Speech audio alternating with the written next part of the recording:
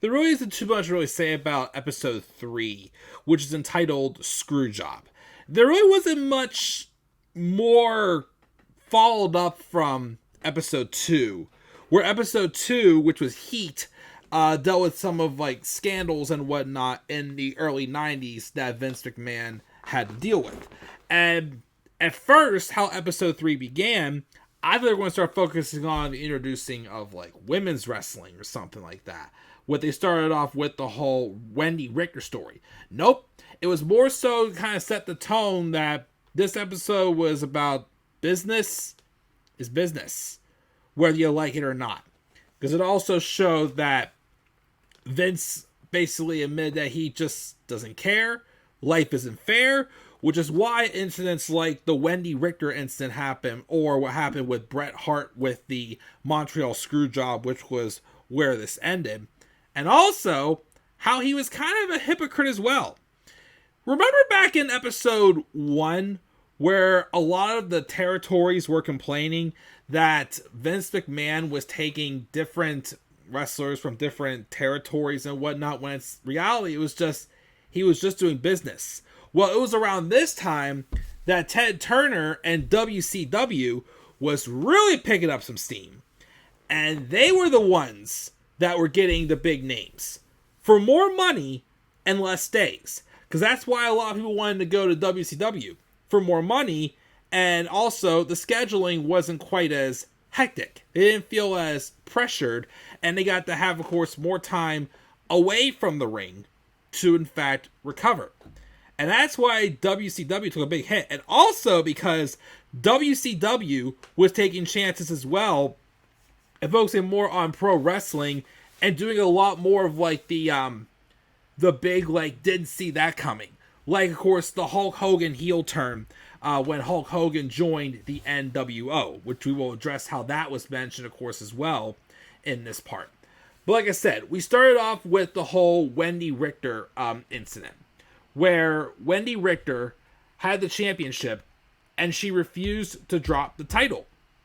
Vince McMahon literally had to tell the referee, whatever you do, whenever Wendy gets rolled up, just count to 3, whether she kicks out or not, because Wendy Richter wouldn't do business. And as Vince McMahon said, I don't care, it's life. Life ain't fair at times. Which, of course, really kind of sets the tone as to the man that Vince McMahon can be sometimes. Which, I'm not going to say I'm against him with the whole Wendy Richter incident. Like, yeah, it was someone who, didn't want to do business. He wasn't doing what they were told. So obviously that's going to happen. And I believe you never heard of Wendy Richter after that. Of course, also something they did get into, though, is that who Wendy Richter had lost the title to. Yeah, that, there was like a spider, as it was told she faced. And the spider who beat her ended up beating the fabulous Moolah, which we all know had the big controversy, which is why when they first tried to do the WrestleMania Women's Battle Royale a few years ago, and they called it the Fabulous Moolah Battle Royale, the fact she didn't really stand purely for women's wrestling, more so the Divas era, got a lot of heat, which of course was why they had to drop the name from that. And of course, by WrestleMania, they only did it, the 2 WrestleManias they had a women's battle? I think that was just the 2, that WrestleMania 34 and 35. Because they didn't have any battle royales in WrestleMania 36 due to the pandemic era. And ever since then, they've been doing the Andre the Giant on the SmackDown of WrestleMania weekend. So that also, which did not get addressed with Fabulous Moolah and her controversies, that also is kind of a slap in the face there as well. But it also did pick up with the end of the Steroid Trial, where, again, Hulk Hogan had just signed with WCW at the time, after he got bored of Hollywood. And, of course, also, Hulk Hogan made something to Vince he would never go to the enemy. He left WWF in 1992 because he was just, he was done with wrestling. Fans were turned against him at the time, and he wanted to do Hollywood. He got bored of Hollywood. Ted Turner talked him into going to WCW. And, of course, eventually, he agreed to turn heel. with the forming with the NWO, with him, Kevin Nash, and Scott Hall, who went to WCW also in the mid-90s after the whole curtain call incident, where on a house show, of course, they were part of the Klique. Triple H, Shawn Michaels, Kevin Nash, Scott Hall, X-Pac, all those guys. They wanted to give... Triple H and Shawn Michaels wanted to give their buddies, Nash and Hall, a proper send-off. Because they, again, were leaving to go to WCW. And after the match, they broke character. And that's kind of more where the whole thing of people even more believing that wrestling is scripted and whatnot kind of exposed it. Because a lot of wrestlers took offense to that incident. Surprisingly, Vince McMahon didn't take too big of an incident, but because it got a lot of backlash from the wrestlers, he had to punish someone. He couldn't punish Hall and Nash because they were leaving. He couldn't punish Shawn Michaels because he was the champ at the time. So the person who ate the shit, if you want to put it that way, was his future son-in-law Triple H, who was supposed to win King of the Ring that year. But of course, because that happened, he got punished and he didn't get King of the Ring, and instead it was given to Stone Cold Steve Austin. Now, of course, had that not have happened, who knows what would have happened with Stone Cold Steve Austin? Would we have gotten the Austin 316 era? Instead, probably would have stuck with the Ringmaster, or whatever the heck he was called at that time. But kind of jumping ahead there. So, anyways, when Hogan first went to WCW, they brought him in to testify against Vince McMahon.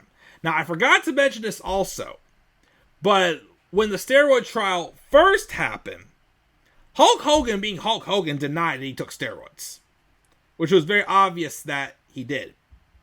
And as he said before, Vince McMahon was trying to get sympathy in this trial, wearing a neck brace, showing up. He even bribed jury members, but again, Vince had nothing to do with this. It was doctors prescribing wrestlers with steroids, and then the federal government had, changed the laws on drug use and whatnot. So it kind of all just tied together, and basically they just needed some people to say that Vince McMahon made wrestlers take steroids. And they thought Hulk Hogan would be the nail in the coffin. Hulk Hogan, though, could not turn his back on Vince, which either way, he wasn't lying, and he said, Vince never gave me steroids. And Vince McMahon was indeed found not guilty. Now, that's one of rare people to beat the federal government. And, of course, Vince McMahon, being the way he is, already with a big ego, even gave himself more brownie points there by basically defeating the federal government, by being proven not guilty in the steroid trial, which, again, he was not guilty for sure.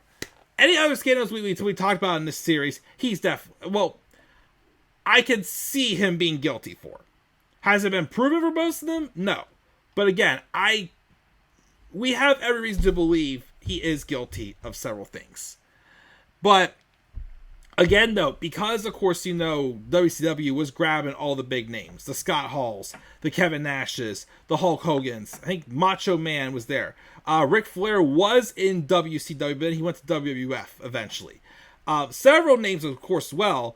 And again, just like in the territories, guess who is getting upset by this? No one other than, yes, Vince McMahon was upset by this. But of course, in an interview, he's trying to justify as to why Ted Turner was wrong to basically take his guys away. When in reality, again, Vince McMahon's a hypocrite because he was doing the same thing when the territories were first around, 10 years earlier or whatnot?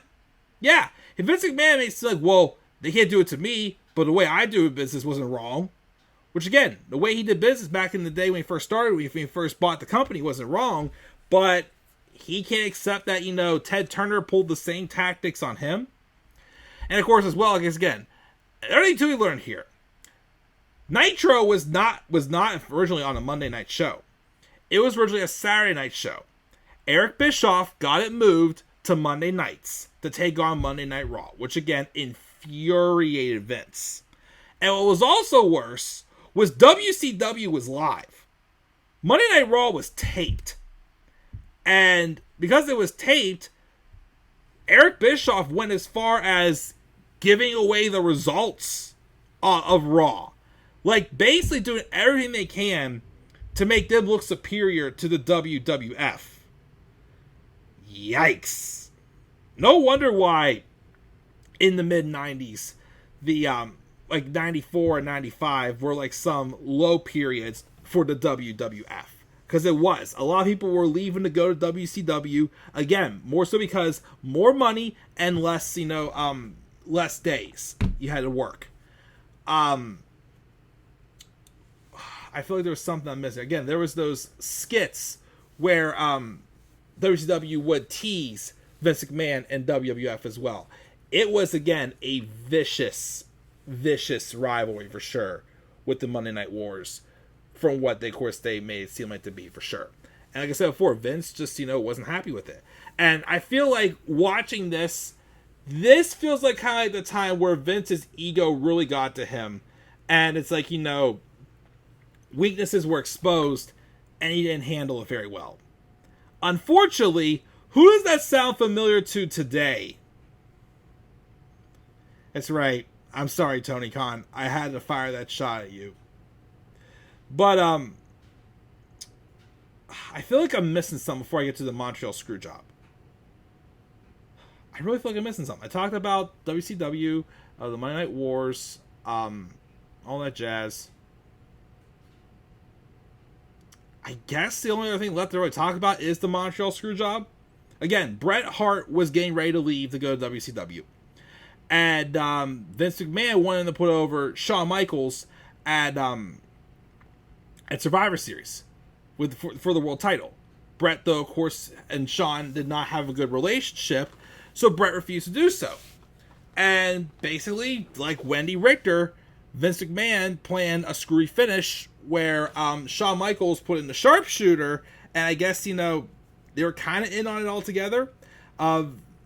Shawn and Vince, and indeed, Bret got screwed over on his way out the door, and unfortunately didn't leave on good terms. Now, of course, he would return years later and, make up for it when he returned in like 2010 or whatnot. But yeah, this, again, not much really in episode 3, and I believe that's everything that they talked about. They talked about, the end of the Steroid Trial. They talked about Wendy Richter. They talked about, also, too, the reason why, Vince was afraid for Bret to not drop the title because he didn't want to take the WCW. Medusa took the women's title and put it in the trash on Nitro, I believe it was. But yeah, so like I said, not much really happened in episode 3. We more so kind of like finished up what we talked about in episode 2. We more so learned, like the business side about stuff being unfair and, behind the scenes of like some of the screw jobs and whatnot. Oh, I remember what it was, I forgot. Of course, also, like we also talked about in episode 2, they were trying to move on from, of course, the Hulk Hogan days, and they were trying to find a new next face of the company. And they tried to make it Lex Luger, which, for what it sounded like, it could have worked. The Lex Express was over. But then, it was SummerSlam 94, I think it was when he took on Yokozuna in the main event. He lost he won by DQ, but afterwards, he partied like he had won, which made absolute no sense. And again, it was just why he never became face of the company. Because again, his booking. It's like how you got with Roman Reigns all those years. Like before Roman Reigns became the tribal chief in 2020, why did it not work? Because of the booking. Vince McMahon has some big visions for some superhero babyface, and not everybody's meant to be that superhero babyface. And unfortunately, guys like, of course, Roman Reigns or Lex Luger suffered because of that.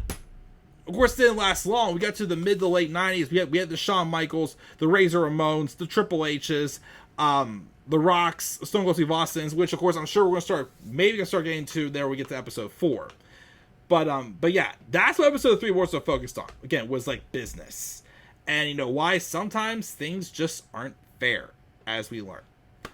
So, yeah, that's all I gotta say about episode 3. We'll move on to episode 4 in the next video, of course, when that happens, hopefully very soon. And I will catch you guys then to continue on this docuseries review series. So what are you guys' thoughts on episode 3 as well? Do you feel like it was a little more like not much happened as I thought so? Leave your guys' thoughts on all this down in the comment section below. If I missed anything, please let me know. Slap a like on the video, subscribe for more content on my channel, follow me on Twitter as well at the Club of the Man 93. And you may also follow me on TikTok and Instagram at the Club of the Man 1993. And until then, guys, I'm checking out. I'll catch you all later. Have a great rest of your night, and do not forget, in order to be superior to the man, you've got to be the man. And for I am the man himself. And that is not just an opinion, my friends. That is a fact of life. Yeah!